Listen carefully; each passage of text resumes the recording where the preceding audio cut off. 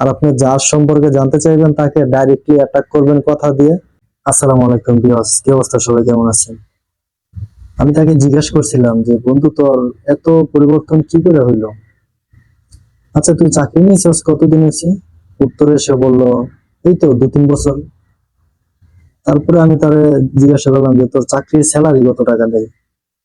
তারপর সে বলল, এই তো স্যালারি পাই মনে কর 18-20 হাজার, আর সরকারি কিছু রেশন মেশন মিলাই হয়তো 24-25 হাজার টাকা হয়। তো বেশ ভালো। পরে আমি তাকে আরো জিজ্ঞাসা করলাম যে তোর তোর ফ্যামিলিতে মান্থলি কত টাকা খরচ হয়? তারপর সে মনটা খারাপ করে বললো, আরে দোস্ত, বলিস না, স্যালারি টাকায় ফ্যামিলি কোন রকম চলে দোস্ত, ঠিকঠাক চালাইতেই পারি না।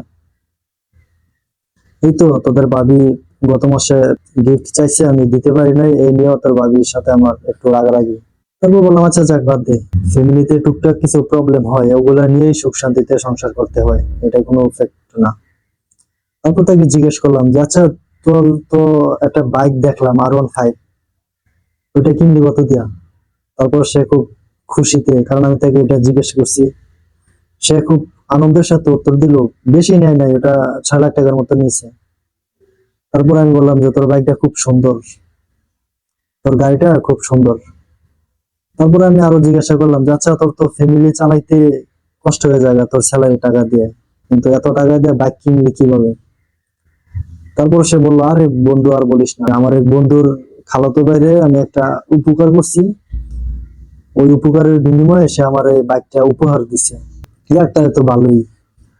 তো আবার শুনলাম বাজারে নাকি বলে দুইটা দোকানের বিট বলে কিনছস, ওগুলা কই থেকে কিনলি? ওগুলা কত করে নিল? তারপরে সেও খুব আনন্দের সাথে বলল, দুইটা নিচে 40 করে 80 আর কি করছে। তারপর আমি আবার তাকে জিজ্ঞাসা করলাম, তোর তো ফ্যামিলি চালাইতেই কষ্ট হয়, তুই যে স্যালারি পাস ওই স্যালারিতে তো তোর বউ বাচ্চাদের ছোটখাটো উপহারই দিতে পারস না, তা এত কিছু কি করে নিলি? তারপরে আমার বন্ধুর মনটা ছোট হয়ে গেছে, মনটা খারাপ হয়ে গেছে। তো এইভাবে আপনার পাশে থাকা বন্ধুকে কিংবা আপনার পাশে থাকা মানুষটাকে যদি আপনার জাজ করতে চান, তাহলে আপনি এইভাবে তাকে কথা দিয়ে অ্যাটাক করবেন।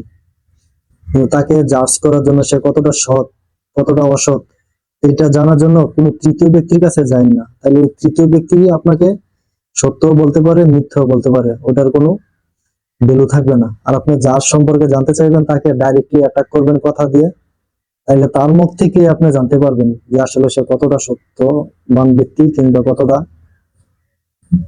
অসৎবান ব্যক্তি। যদি ভিডিওতে কিছু ভালো লেগে থাকে অবশ্যই একটা লাইক করবেন।